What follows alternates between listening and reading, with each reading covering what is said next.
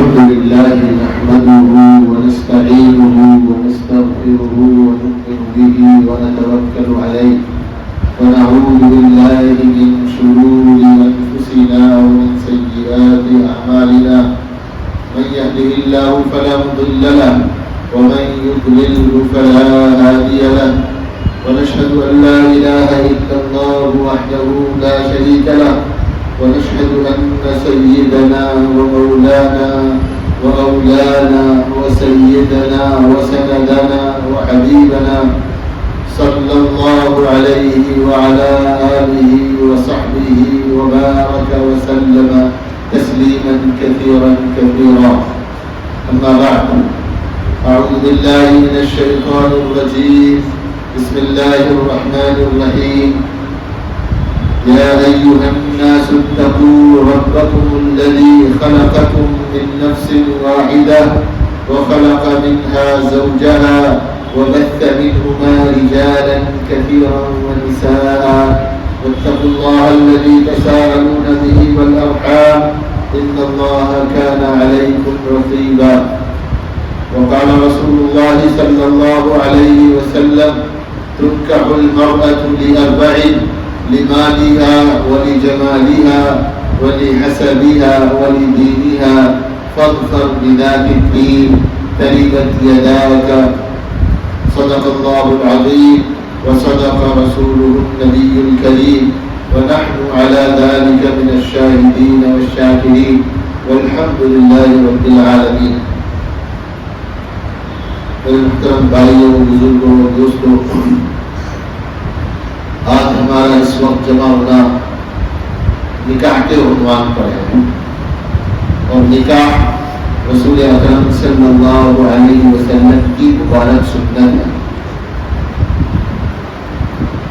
اللہ کے نبی صلی اللہ علیہ وسلم نے نکاح کے بارے میں یوں فرمایا کہ نکاح میری سنت ہے.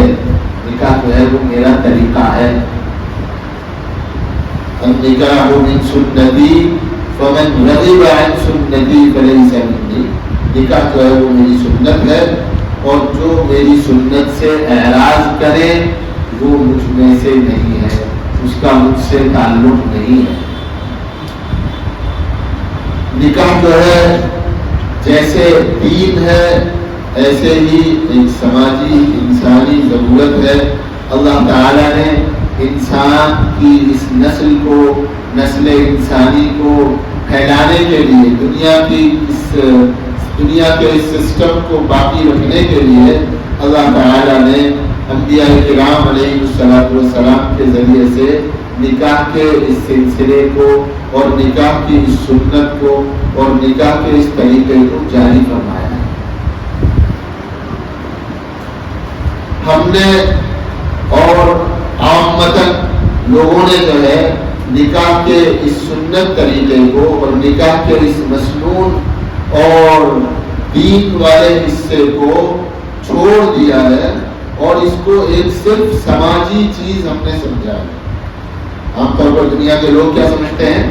نکاح جو ہے ایک صرف اور صرف سماجی چیز ہے، اس لیے اس کو اپنے اپنے سماج کے اعتبار سے، اپنی اپنی ضرورت کے اعتبار سے، اپنے اپنے ماحول کے اعتبار سے لوگ اسے انجام دیتے ہیں.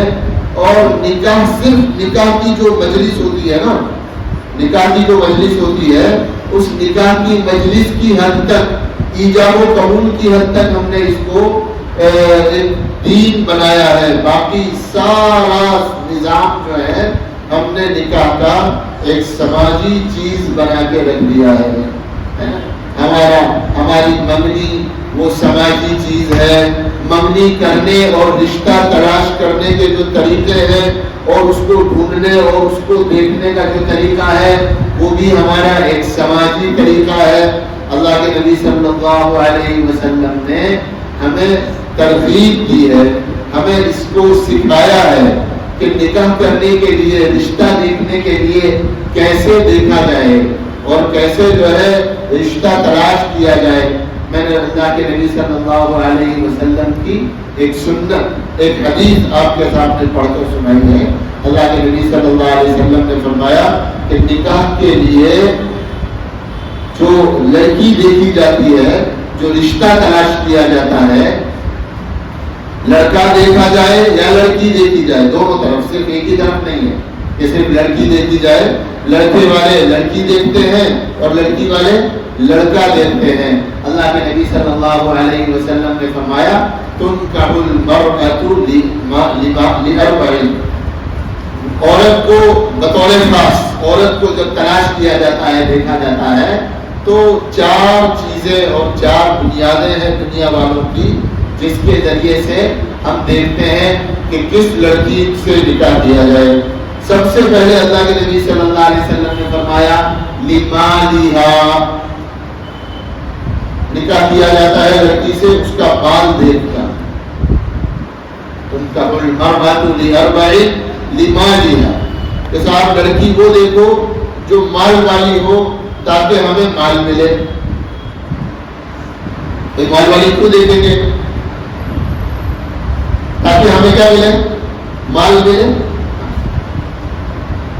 ہمارے یہاں تو اللہ کا شکر ہے، اور یہ جو نکاح ہے بطور خاص ہے نا، اس بات کو میں ظاہر کرنا چاہوں گا کہ بطور خاص یہ دونوں نکاح جو آج ہو رہے ہیں الحمدللہ، اس طرح سے لڑکے لڑکی والوں نے آپس میں طے کیا ہے کہ ہم اس نکاح میں جہیز کا لین دین نہیں کریں گے، کوئی مالی لین دین جو ہے کسی بھی قسم کا جہیز کی شکل کا ہم نہیں کریں گے۔ لیکن ہوتا کیا ہے کہ نکاح کیا جاتا ہے اس لیے تاکہ مال والی لڑکی تلاش کرو تاکہ زیادہ سے زیادہ مال لے کر آئے۔ ایسے بہت سارے معاشرے ہیں جہاں پر باقاعدہ لڑکے والے جو ہے وہ لڑکی والوں کو لسٹ دیتے ہیں کہ آپ کو یہ چیزیں جو ہے لڑکے والوں کو دینی ہے، یہ سامان دینا ہے، گاڑی دینی ہے، گھوڑا دینا ہے، یہ فلاں چیز دینی ہے، یہ فلاں چیز دینی ہے، یہ زیور دینا ہے، وہ زیور دینا ہے۔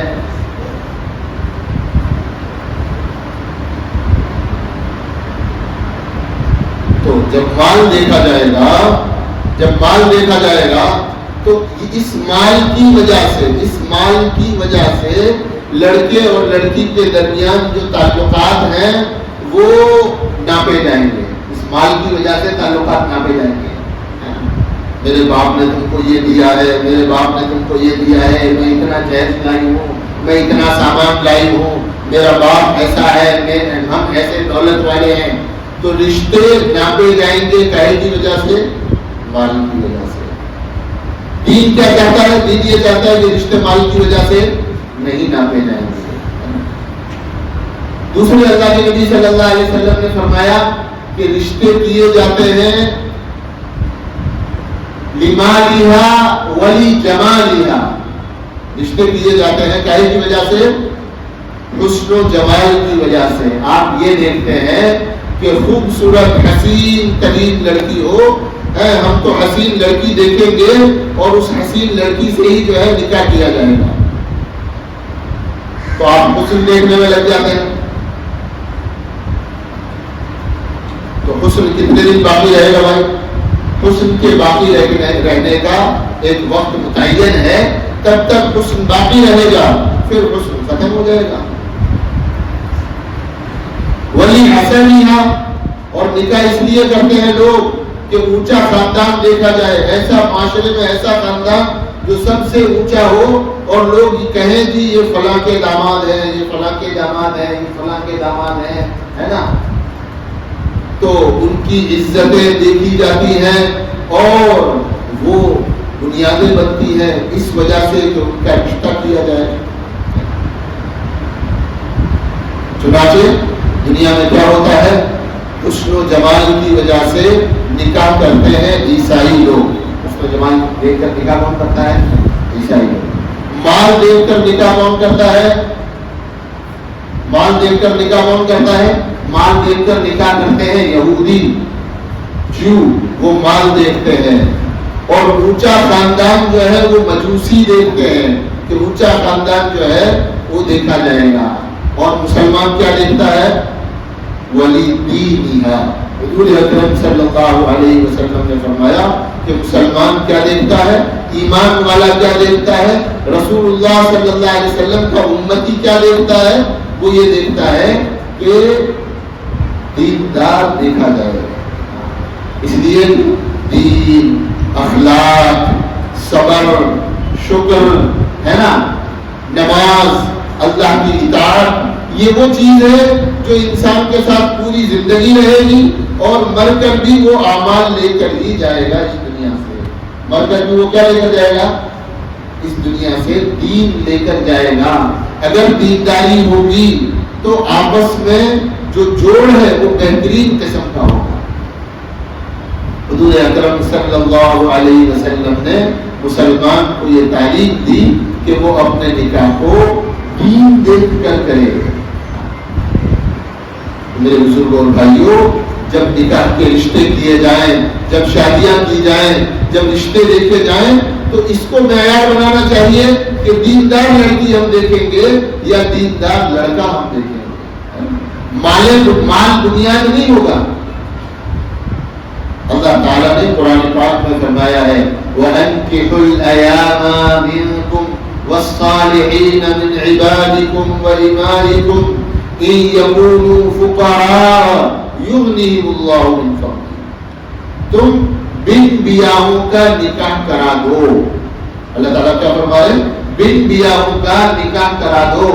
بن بیاہوں سے مراد جو فریش بن بیاہے ہیں، جیسے آج نکاح ہو رہا ہے یہ بھی بن بیاہے ہیں، اور جن کا نکاح ہو کر نکاح ختم ہو گیا کسی بھی وجہ سے وہ بھی بن بیاہے ہیں، چاہے مرد ہو یا عورتیں ہوں.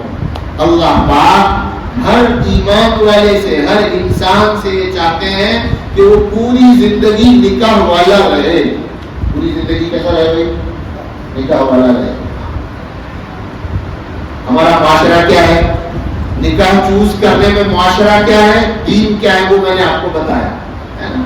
اگر کسی کا نکاح ختم ہو گیا تو اس کا نکاح نہیں کروایا جاتا، بٹھا کے رکھتے ہیں، بیٹھے رہو. لڑکی کو بٹھائے رکھتے ہیں، لڑکے کو بٹھائے رکھتے ہیں. اور اگر تھوڑی سی عمر زیادہ ہو جائے تو پھر تو نکاح کرنے کو اگر ابا جی چاہیں کہ میرا نکاح کرا دو تو لوگ مایوب سمجھتے ہیں کہ آپ اس عمر میں نکاح کرو گے. آپ کی عمر 50 سال ہو گئی، آپ کی عمر 60 سال ہو گئی، آپ کی عمر 65 سال ہو گئی، اس عمر میں آپ نکاح کرو گے. رسول اکرم صلی اللہ علیہ وسلم کی مبارک سیرت اور صحابہ رضی اللہ اجمعین کی مبارک سیرت جو ہے وہ ہمیں یہ نہیں بتاتی، وہ ہمیں یہ بتاتی ہے کہ نکاح کے ذریعے سے پاک دامنی اختیار کرو. نکاح کے ذریعے سے کیا کرو، پاک دامن زندگی گزارو. نکاح کے ذریعے سے عفیف رہو تاکہ تمہاری نگاہوں کی حفاظت ہو جائے، تاکہ تمہاری زبان کی حفاظت ہو جائے، تاکہ تمہاری شرمگاہ کی حفاظت ہو جائے اور تم حفاظت والی زندگی گزارو. حفاظت والی، عافیت والی، پاک دامنی والی زندگی گزارو. اور پاک دامنی والی زندگی گزار کر تم اپنے نکاح کو بناؤ اور ویسی نکاح والی زندگی موت تک گزارو. اس جملے میں، اس آیت میں اگلا جو جملہ ہے اللہ تعالیٰ فرماتے ہیں یَکُونُوا فُقَرَاءَ يُغْنِهِمُ اللَّهُ مِنْ فَضْلِهِ. اگر یہ بن بیاہے جو ہیں یہ غریب ہیں، کمزور ہیں مالی اعتبار سے، تو اس کا انتظار مت کرو کہ ان کے پاس مال آئے گا، ان کے پاس مالی استعداد پیدا ہوگی، اس کے بعد ہی ہم ان کا نکاح کریں گے.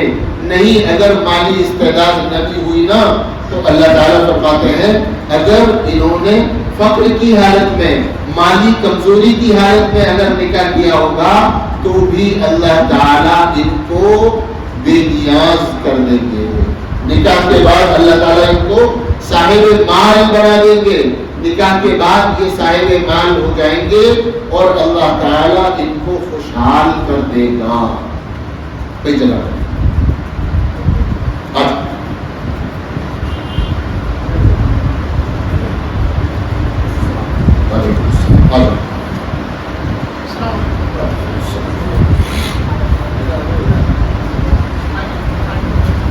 حدیث پاک میں ایک واقعہ بڑا عجیب و غریب ہے. یہ باتیں اس لیے کی جا رہی ہیں یا اس لیے کی جاتی ہیں تاکہ ہمارا جو سماجی ذہن ہے نا نکاحوں کے بارے میں وہ درست ہو جائے, وہ سماجی میں رہ کر اسلامی بن جائے. کیسا بن جائے؟ اسلامی بن جائے. بہت سی دفعہ ایسا ہوتا ہے کہ ایک نوجوان آدمی تعلیم حاصل کر رہا ہے یا کسی اور مشغلے میں لگا ہوا ہے, بھائی ابھی شادی نہیں کریں گے. کب شادی کریں گے؟ جب میں سیٹل ہو جاؤں گا, ہے نا, اپنے پیروں پر کھڑے ہو جاؤں گا تب میں شادی کروں گا. پیروں پر کھڑے ہونے تک انتظار کرتا ہے اور اس درمیان میں کتنے گناہوں میں آدمی مبتلا ہو جاتا ہے. سینکڑوں مرتبہ آدمی جو ہے گناہ میں مبتلا ہو جاتا ہے.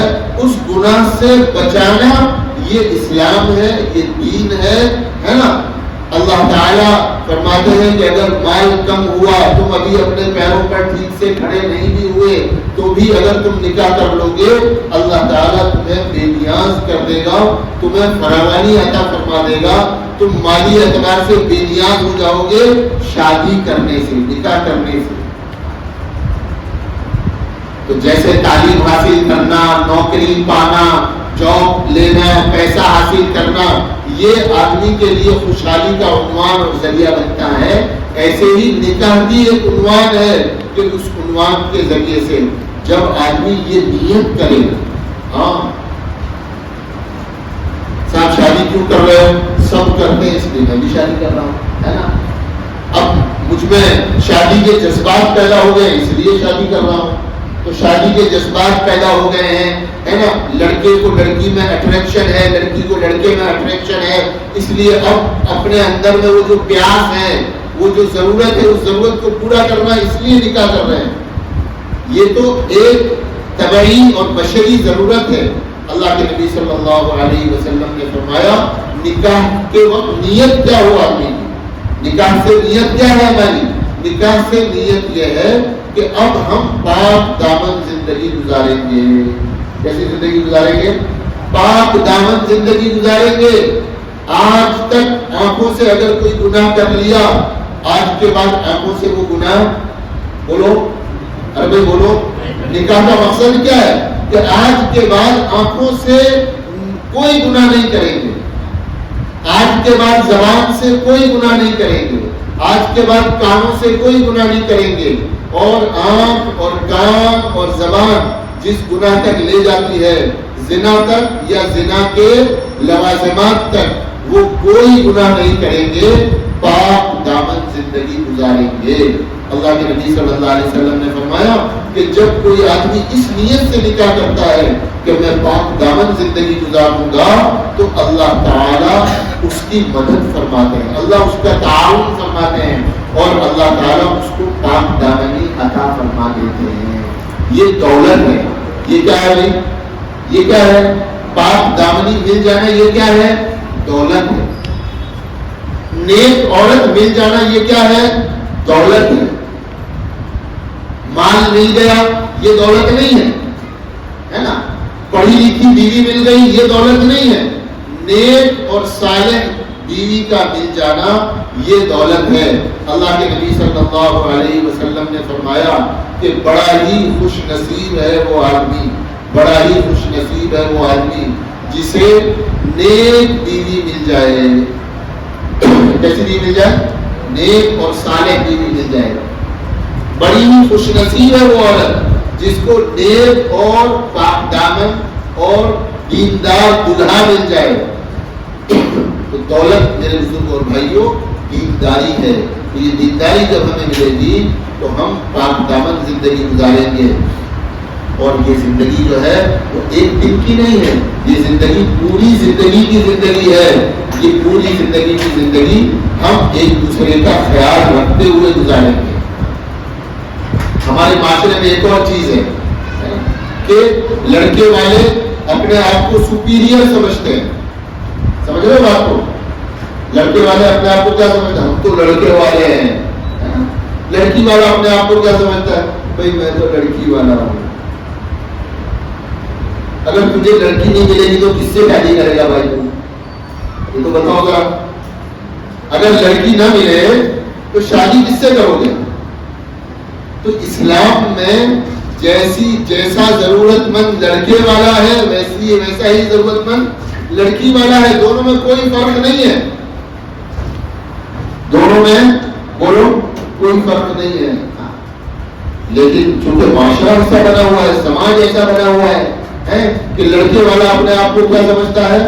طاقتور سمجھتا ہے, زوردار سمجھتا ہے نا. اوپر والا ہاتھ اس کا سمجھتا ہے کہ میرا ہاتھ اوپر ہے, میں جو کہوں گا وہ مانا جائے گا, میں جیسے دباؤں گا ایسے لڑکی والے کو کیا کرنا ہوگا؟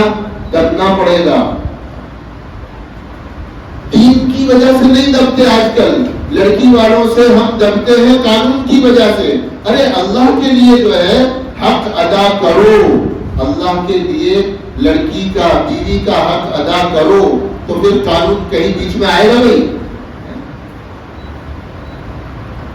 قانون کے نام پر آدمی کہتا ہاں لڑکی سے ڈرنا ہے بھائی, قانون جو ہے اس کا فیور کرتا ہے, اس لیے ہم کو کیا کرنا ہے؟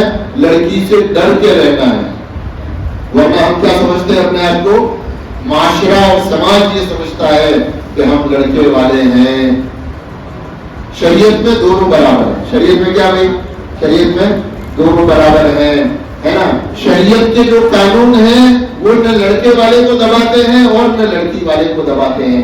اللہ تعالیٰ فرماتے ہیں وَلَهُنَّ مِثْلُ الَّذِي عَلَيْهِنَّ, عورتوں کے بھی ویسے ہی حق ہے جیسے عورتوں کے ذمے حق ہے. وَلَهُنَّ مِثْلُ الَّذِي عَلَيْهِنَّ, اور عورتوں کے بھی ویسے ہی حق ہیں جیسے ان کے ذمے حق ہیں. عورتوں کے ذمہ داریاں ہیں اور عورتوں کے لیے بھی مردوں کی کیا ہے بھائی؟ ذمہ داریاں ہیں. جب اس شریعت کو ہم سمجھیں گے, جب اس دین کو ہم سمجھیں گے, تو پھر حق تلفی نہیں ہوگی. میرے بزرگوں اور بھائیوں, جس دلہن کو, جس بیٹی کو دلہن بنا کر لے جا رہے ہو اسے بیٹی بنا کر رکھنا. اس کو کیا کرنا؟ اس کو بیٹی بنا کر رکھنا, ہے نا. اور جو دلہن جا رہی ہے کسی گھر میں, اس کو چاہیے کہ وہ اپنے ساس سسر کو بھی ایسا ہی سمجھے جیسے وہ اس کے ماں باپ ہیں. اگر ہم نے آنے والی کو بیٹی سمجھا تو اس کے بھی ذمہ ہے کہ وہ اپنے ساس سسر کو کیا مقام دے؟ اپنے ماں باپ جیسا مقام دے. یہ میرے ماں ہے, یہ میرے باپ ہیں, کہ ان کے لیے بھی ماں باپ جیسا مقام ہے. تو یہ چیزیں اگر ہو گئی تو گھر کیسا بن جائے گا؟ خوشگوار گھر بن جائے گا. گھر میں محبت ہوگی, سکون ہوگا, امن ہوگا, سلامتی ہوگی, ایک دوسرے کے لیے خیر خواہی اور ہمدردی ہوگی. لیکن ہوتا کیا ہے؟ ہوتا الٹا ہے. ہم سسرال والے دلہن میں کمیاں تلاش کرتے ہیں, ہے نا. پھر وہ دلہن بھی اپنے ساس سسر میں اور اپنے گھر کے مرد میں کیا تلاش کرتی ہے؟ کمیاں تلاش کرتی ہے. اور جب آپ کمیاں تلاش کرتے ہو تو معاملہ گھر کا کیا ہوتا ہے بھائی؟ بجائے سدھرنے کے بگڑتا ہے. رسول اکرم صلی اللہ علیہ وسلم نے ہمیں ایک پاکیزہ معاشرہ دیا ہے. نیت کرو انشاءاللہ سماجی بندھنوں سے اور سماجی سوچ سے نکل کر, ہے نا, دینی اور شرعی اسلامی رسول اکرم صلی اللہ علیہ وسلم نے ہمیں جو سوچ اور فکر دی ہے ویسی نکاح والی زندگی گزاریں گے, ویسی ازدواجی زندگی گزاریں گے تو انشاءاللہ ہمارے گھر خیر کا نمونہ بن جائیں گے. ہمارے گھر کیا بن جائیں گے؟ خیر کا نمونہ بن جائیں گے, بھلائی کا نمونہ بن جائیں گے, ہے نا. اور ہمارے گھروں میں اللہ تعالیٰ اس نکاح کی وجہ سے برکت اتارے گا. اس نکاح کی وجہ سے کیا اتارے گا؟ برکتیں نازل ہوں گی, خیر وجود میں آئے گی. تو نیت کرتے ہیں انشاءاللہ. ہاں, جن کے نکاح ہو گئے ہیں وہ بھی نیت کرو انشاءاللہ کہ گھریلو زندگی اسلامی طریقے پر گزاریں گے. جن کے نکاح ہو رہے ہیں آج وہ بھی نیت کرو کہ پوری زندگی انشاءاللہ جو ہے شریعت کو, دین کو, رسول اللہ صلی اللہ علیہ وسلم کی مبارک سنتوں کو, ہے نا, اور جیسے زندگی جو ہے صحابہ نے اپنے گھر والوں کے ساتھ گزاری، ہمارے پیارے نبی جناب محمد رسول اللہ صلی اللہ علیہ وسلم نے اپنے گھر والوں کے ساتھ گزاری، ہم بھی ویسی ہی زندگی گزاریں گے۔ جن کا نکاح کل کو ہوگا، کل آئندہ جن کے نکاح ہونے والے ہیں، وہ بھی طے کرو کہ انشاءاللہ اپنی زندگی گزاریں گے، دین کے موافق زندگی گزاریں گے، شریعت کے موافق زندگی گزاریں گے۔ زندگی گزارنے میں اور نکاح کرنے میں، نکاح تلاش کرنے میں ہم دینداری کو سب سے مقدم رکھیں گے، اور نکاح کے بعد بھی گھریلو زندگی میں، نکاح کی زندگی میں شریعت کو، سنت کو، رسول اللہ صلی اللہ علیہ وسلم کی مبارک رہبری کو بنیاد بنائیں گے۔ موقع نہیں ہے ورنہ میں آپ کو حضرت فاطمہ الزہرا اور حضرت علی رضی اللہ تعالیٰ عنہ کا اور کچھ صحابہ کے نکاح کی کچھ اہم باتیں آپ کو بتاتا۔ اللہ تعالیٰ سے دعا کرتا ہوں اللہ تعالیٰ ہماری اس مجلس کو، ان ہونے والے دونوں نکاحوں کو، ہے نا، اور دونوں خاندان والوں نے جو کچھ بھی اپنے نکاحوں میں سماجی چیزوں کو چھوڑ کر دینی چیزوں کو داخل کیا ہے، اللہ تعالیٰ اس کو برکت کا ذریعہ فرمائے، اللہ تعالیٰ اس کو خیر کا ذریعہ فرمائے، ہے نا۔ اور بطور خاص جیسے میں نے پہلے بھی کہا کہ اس میں ان دونوں نکاحوں میں سب سے بنیادی چیز یہ ہے کہ ان دونوں خاندانوں نے یہ طے کیا ہے کہ ہم آپس میں کوئی بھی مالی لین دین نہیں کریں گے، جو آج کل نکاحوں کے لیے سب سے بڑی بنیاد سمجھی جاتی ہے کہ صاحب نکاح کرو اور دیکھو کتنا دلہن کتنا لائے گی، کتنا مال آئے گا، کتنے ہدیے آئیں گے، کتنا تحفہ آئے گا۔ ایک جملہ آپ سن کر جاؤ کہ لڑکی پر نکاح کا کوئی خرچ شریعت نے نہیں رکھا۔ ایک جملہ آپ سن لو، یہ لڑکی پر یا لڑکی والے پر شریعت نے نکاح کا کوئی خرچ نہیں رکھا۔ نکاح کا جو خرچ ہے، نکاح کے دو خرچ ہیں، نکاح کے دو بنیادی خرچ ہیں، وہ دونوں کے دونوں کس پر ہیں؟ بولو، لڑکے پر ہیں۔ مہر کون دیتا ہے؟ بولو، لڑکا دیتا ہے، تو مہر کا خرچ لڑکے پر ہے۔ ولیمہ کون کرتا ہے؟ بولو، لڑکا کرتا ہے، تو ولیمے کا خرچ بھی کس پر ہے؟ لڑکے پر ہے۔ تھوڑی سی دیر کے لیے سوچو کہ ایک لڑکا جو پوری زندگی کے لیے عہد کرتا ہے کہ میں اس کو خوش رکھوں گا، اس کو کپڑا لتا دوں گا، اس کی خوشیوں کا خیال رکھوں گا، اس کو مکان دوں گا، اس کی ساری ضرورتیں پوری کروں گا، یہی مطلب ہوتا ہے نکاح کا؟ اب یہی مطلب ہوتا ہے نکاح کا؟ وہ لڑکا اتنا سارا زندگی بھر کرنے والا لڑکا یہ کہتا ہے کہ نہیں، پلنگ تو لڑکی لائے گی، میرے گھر کے برتن تو کون لائے گی؟ لڑکی لائے گی، گھر میرا برتن تیرے، کمرہ میرا بستر تیرا۔ تو یہ اگر دیکھا جائے تو لڑکے کی غیرت کو کیا ہے؟ لڑکے کی غیرت کو چیلنج ہے کرانا۔ میں پوری زندگی جب کھلاؤں گا پلاؤں گا تو یہ گھر کے تھوڑے سے سامان کے لیے تجھے مجبور کروں گا کہ برتن بھی تو لا اور پلنگ بھی تو دے۔ حضرت فاطمہ رضی اللہ تعالیٰ عنہ کو حضور اکرم صلی اللہ علیہ وسلم نے جو سامان دیا تھا نا گھر کا، وہ اس وجہ سے دیا تھا کہ حضرت علی رضی اللہ تعالیٰ جو ہے وہ نادار تھے، بالکل نادار تھے۔ حضرت علی رضی اللہ تعالیٰ کیا تھے؟ نادار تھے، ان کے پاس گھر نہیں تھا، ان کے پاس گھریلو سامان نہیں تھا، اور وہ حضور صلی اللہ علیہ وسلم کی پرورش میں تھے، ان کے چچا کے بیٹے تھے اور حضور صلی اللہ علیہ وسلم کی پرورش میں تھے۔ حضور اکرم صلی اللہ علیہ وسلم نے اپنے چچا کی پرورش پائی اور حضرت علی نے اپنے چچا کے بیٹے حضرت رسول اکرم صلی اللہ علیہ وسلم کی پرورش پائی۔ تو وہ جو نکاح تھا نا، وہ نکاح ایسا تھا کہ ایک باپ اپنی بیٹی کا نکاح کر رہا ہے اپنے ہی چچا زاد بھائی سے جس کے پاس کچھ بھی نہیں ہے۔ تو باپ اپنی بیٹی کا بھی گارڈین ہے اور باپ اپنے داماد کا بھی کیا ہے؟ گارڈین ہے۔ تو اس گارڈین اور ولی ہونے کے ناطے اللہ کے نبی صلی اللہ علیہ وسلم نے دونوں کام کیے کہ اپنی بیٹی بھی دی اور ان کے گھر کے سامان کا بھی نصب کیا۔ بلکہ نکاح ہو جانے کے بعد اور رخصتی ہو جانے کے بعد حضور اکرم صلی اللہ علیہ وسلم نے حضرت علی سے فرمایا کہ علی ولیمہ بھی تو کرو۔ کیا یا رسول اللہ صلی اللہ علیہ وسلم میرے پاس تو کچھ بھی نہیں ہے، پکڑ آدمی ہوں۔ حضور نے اپنی بیٹی کس کو دی؟ ہمارے اعتبار سے کس کو دے دی؟ پھکڑ آدمی کو دے دی. تو حضور کو تو عقل سمجھ ہی نہیں تھی.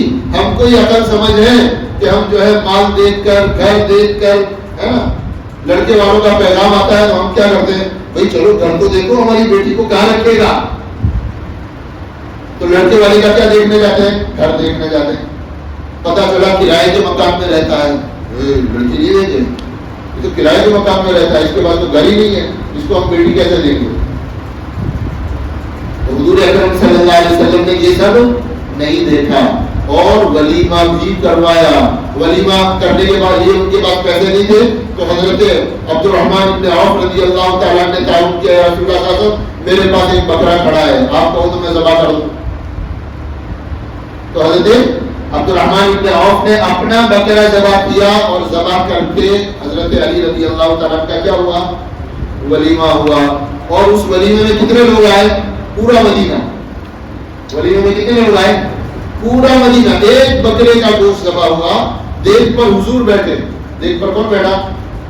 ہاں حضور نکالنے کے لیے خود حضور بیٹھے اور آپ نے اس کھانے پر برکت کی دعا کے دی اور سارے مدینے کے لوگوں نے حضرت علی کا ولیمہ کھایا. اور کٹا کیا تھا؟ 10 بکرے، ایک بکرا. تو یہ وہ برکتیں ہیں جو اللہ تعالیٰ دین کی بنیاد پر عطا فرماتا ہے. دعا کرتا ہوں، بہت خوشی کا موقع ہے لڑکے والوں کے لیے بھی، لڑکی والوں کے لیے بھی. اللہ تعالیٰ اس نکاح کو مبارک فرمائے، ہے نا. اور ایسا اللہ تعالیٰ چلن کر دے ہمارے معاشرے میں. یہ سب چیزیں ہمارے معاشرے میں کیا ہو جائیں؟ چلن بن جائیں، تاکہ غریب کو اپنی بیٹی کا نکاح کرنے میں کوئی دشواری نہ ہو. آج غریب کو اپنی بیٹی کو بیانے میں بڑی دقت ہوتی ہے، بڑی تکلیف ہوتی ہے. کہاں سے کیسے کر کے اسے اپنی بیٹی بیانی پڑتی ہے. اور ہم سماج کی دعائی دے کر صاحب یہ تو کرنا ہی پڑے گا، یہ تو کرنا ہی پڑے گا، اتنا تو کرنا ہی پڑے گا، اتنا تو کرنا ہی پڑے گا. ارے کیا فری میں ہی بیٹی بیاؤ گے؟ نہیں، بیٹی تو فری میں ہی بیائی جائے گی. بیٹی تو فری میں ہی بیائی جائے گی. بیٹی پر اسلام میں کوئی خرچہ نہیں ہے. جس باپ نے اپنی بیٹی کو جنم دیا، پڑھایا، لکھایا، ہے نا، اور اس اپنے دل کے ٹکڑے کو، اپنے جگر کے ٹکڑے کو آپ کے حوالے کر دیا، لو اب یہ زندگی بھر تمہاری خدمت کرے گی، تمہاری خوشیوں کا خیال رکھے گی، ہے نا. بیوی کیا رکھتی ہے؟ اپنے شوہر کی خوشیوں کا خیال رکھتی ہے. میرے شوہر کی خوشی اس میں ہے، میرے شوہر کی خوشی اس میں ہے، میرے شوہر کی خوشی اس میں ہے، میرے شوہر کی خوشی اس میں ہے. وہ زندگی بھر اپنے شوہر کی خوشی کا کیا کرتی ہے؟ خیال رکھتی ہے. جو اپنے ماں باپ کی خوشیوں کے خیال کے لیے اپنے ماں باپ کے گھر میں رہتی تھی، اب زندگی بھر کے لیے وہ اپنے شوہر کی، اپنی ساس کی، اپنے سسر کی خوشیوں کو ذہن میں رکھ کر زندگی گزارتی ہے اور اپنی خوشیوں کو کیا کر دیتی ہے؟ اس کو مٹا دیتی ہے، اس پر قلم پھیر دیتی ہے، اپنی خوشیوں کو پیچھے کر لیتی ہے، مؤخر کر لیتی ہے. اتنی بڑی قربانی دے کر بیٹی اپنے سسرال جاتی ہے. سب کی بیٹیاں ہیں، ہے نا. ہر ایک آدمی اپنی بیٹی کے بارے میں کیا چاہتا ہے کہ میری بیٹی سسرال میں جا کر کیا رہے؟ خوش رہے. تو دین بنیاد ہے. انشاءاللہ ان بنیادوں پر ہماری بیٹیاں جو ہے خوش رہیں گی، ہمارے گھر بسیں گے، ہے نا. اور اللہ تعالیٰ ہمارے گھروں میں وہ برکتیں نازل فرمائے گا جو برکتیں اللہ تعالیٰ نے حضور کے گھر میں، حضرت علی کے گھر میں اور صحابہ کے گھروں میں نازل فرمائے. اللہ تعالیٰ جو ہے اس نکاح کو مبارک فرمائے. خیر و برکت اللہ تعالیٰ جو ہے زوجین میں، خاندانوں میں اللہ تعالیٰ عطا فرمائے. کہ آپ کے نکاح میں دیا، آپ نے رقیہ نظام کو اپنے نکاح میں قبول کیا.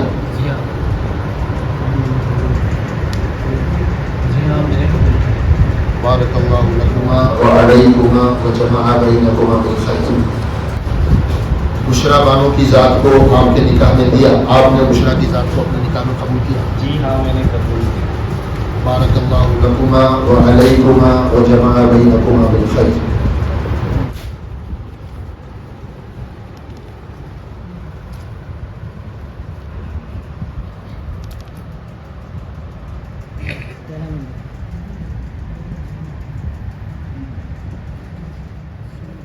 Yeah.